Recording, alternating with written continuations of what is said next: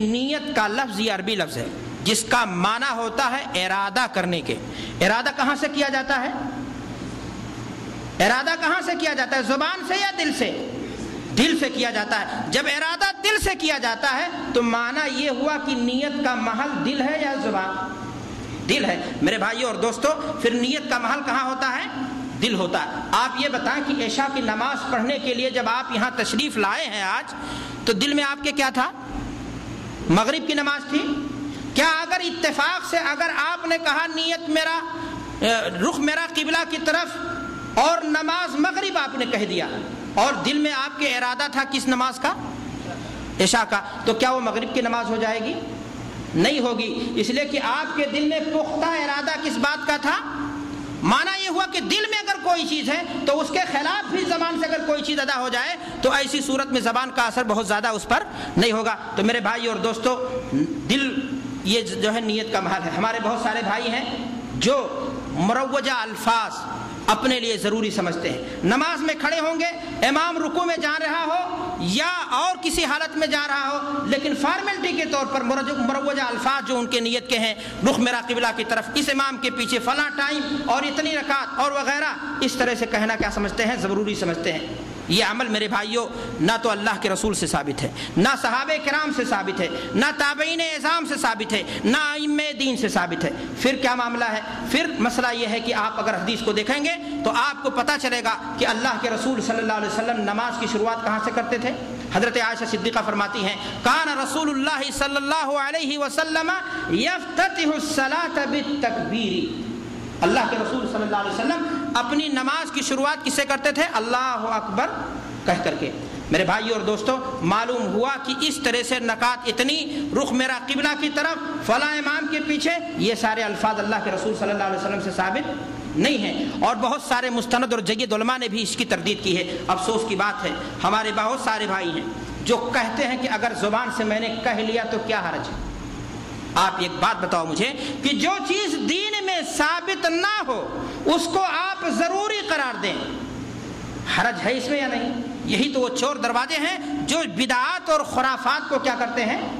جنم دیتے ہیں۔ میرے بھائی اور دوستو، میں آپ سے عرض کرنا چاہتا ہوں، حضرت عبداللہ ابن عباس رضی اللہ تعالیٰ عنہ نے ایک شخص کو دیکھا مصلی میں، عیدگاہ میں عید کے دن اس نے نماز پڑھی 2 رکعت۔ کہاں پر پڑھی؟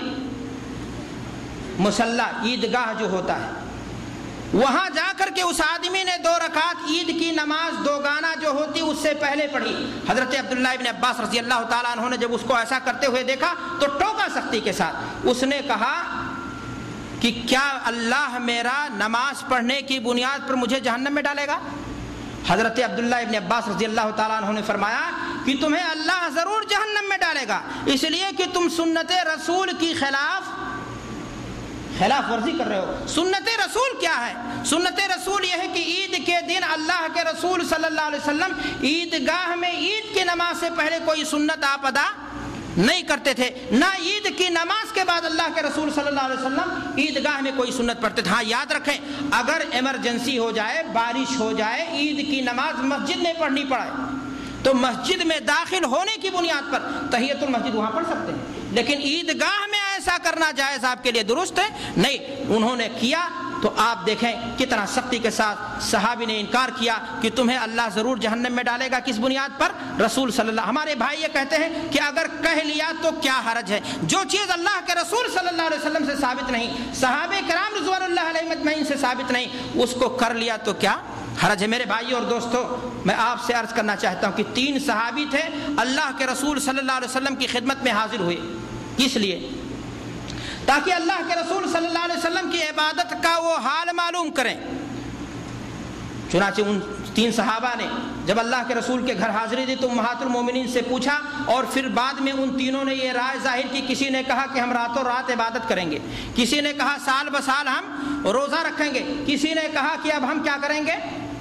عورتوں سے شادی نہیں کریں گے۔ لیکن اللہ کے رسول صلی اللہ علیہ وسلم کو جب ان کے بارے میں خبر ہوئی تو آپ صلی اللہ علیہ وسلم نے فرمایا، مخاطب کرتے ہوئے بلوایا ان کو اور کہا، انتم الذین قلتم کذا و کذا، تمہیں لوگوں نے ایسی ایسی بات کہی ہے۔